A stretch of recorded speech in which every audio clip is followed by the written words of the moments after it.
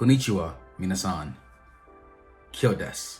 So today we're going to be looking at a video about the top 5 issues facing Black Americans today.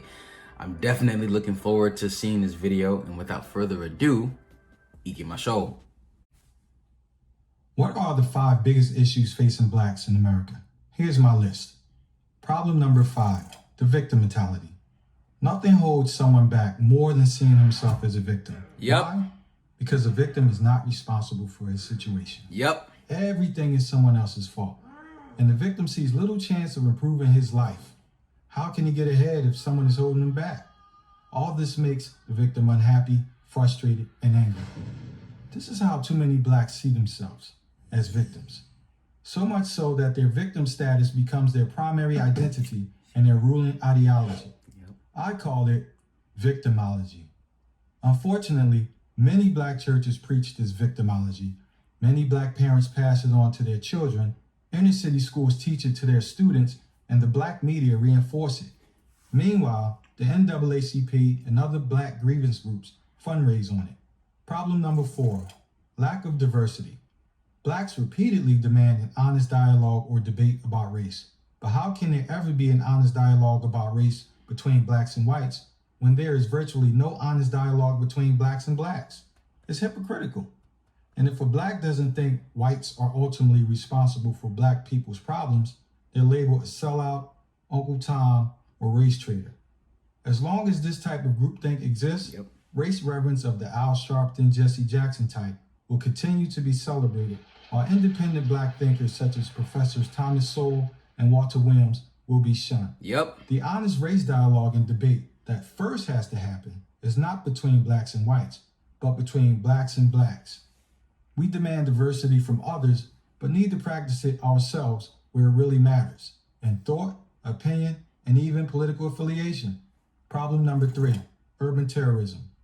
As just about everyone knows, but too few talk about publicly, in majority Black cities, violent Black-on-Black crime is rampant.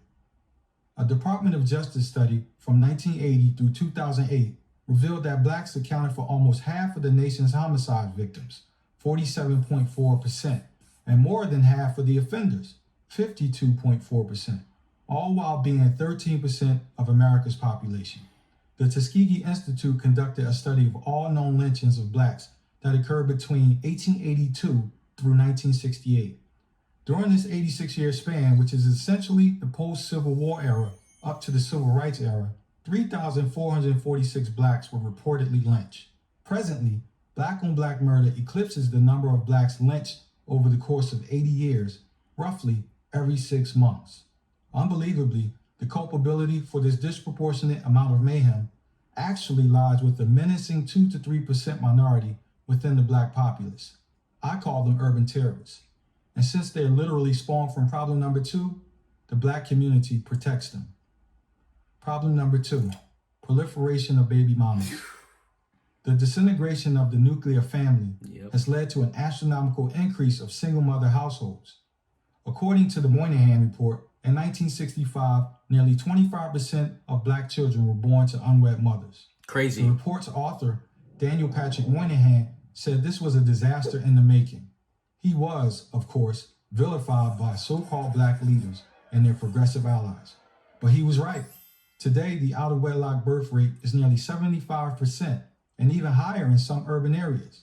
To be clear, baby daddies share this responsibility with baby mamas. Yet, while baby daddies are blamed and rarely shown compassion, baby mamas are rarely blamed and receive both compassion and support. This lopsided dynamic and the previously listed pathologies stem directly from the number 1 problem facing the Black community. Problem number 1, unquestioning allegiance to so-called progressive policies. Unwavering loyalty to progressive liberal policies is the primary reason these dire conditions persist. It both makes them possible and perpetuates them. It's no coincidence that progressivism is the common thread that binds predominantly Black cities where single-parent homes, failing schools, rampant poverty, and crime predominate. Look at cities like Detroit, Philadelphia, and Baltimore. They've been run by progressive Democrats for decades. If their liberal policies were at all effective, these cities should have become models of economic growth and prosperity.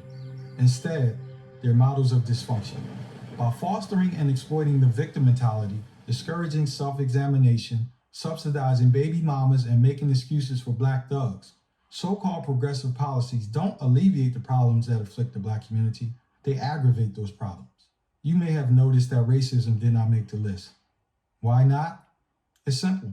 There will be no solution to the problems afflicting Black America until more Blacks recognize that the issues plaguing our community are ultimately self-inflicted. Yes. Does racism exist? Sure.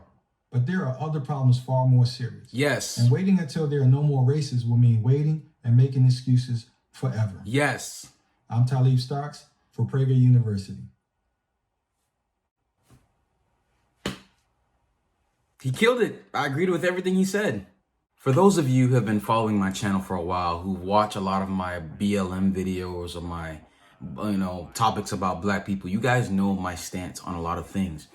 And one thing I always say is that when the community is lacking fathers in the home, that's the biggest issue. But not only that, I agree with every point he made.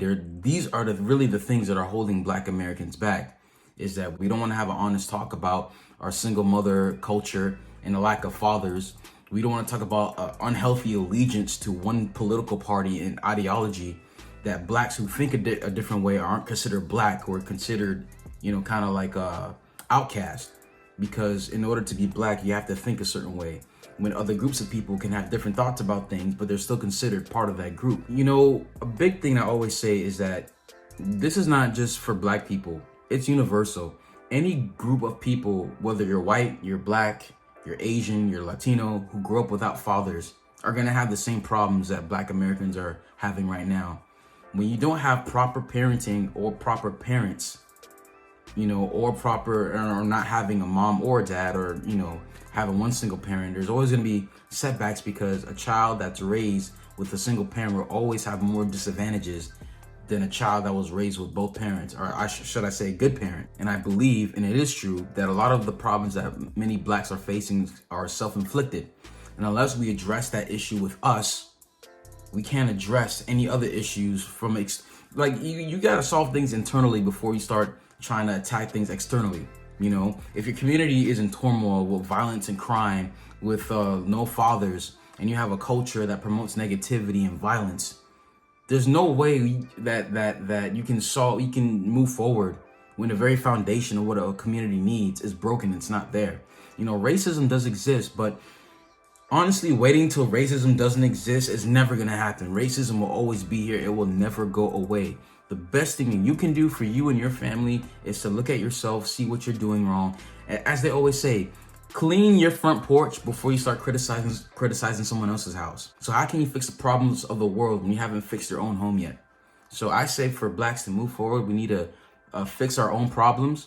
And once we do that, then we can address other things or, attack external factors. But until then, really the internal factors are the things that are killing us the most.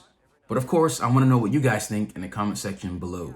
So if you guys like this video, please smash that like button, smash the subscribe button. Also hit that bell as well to get notified whenever we post a video.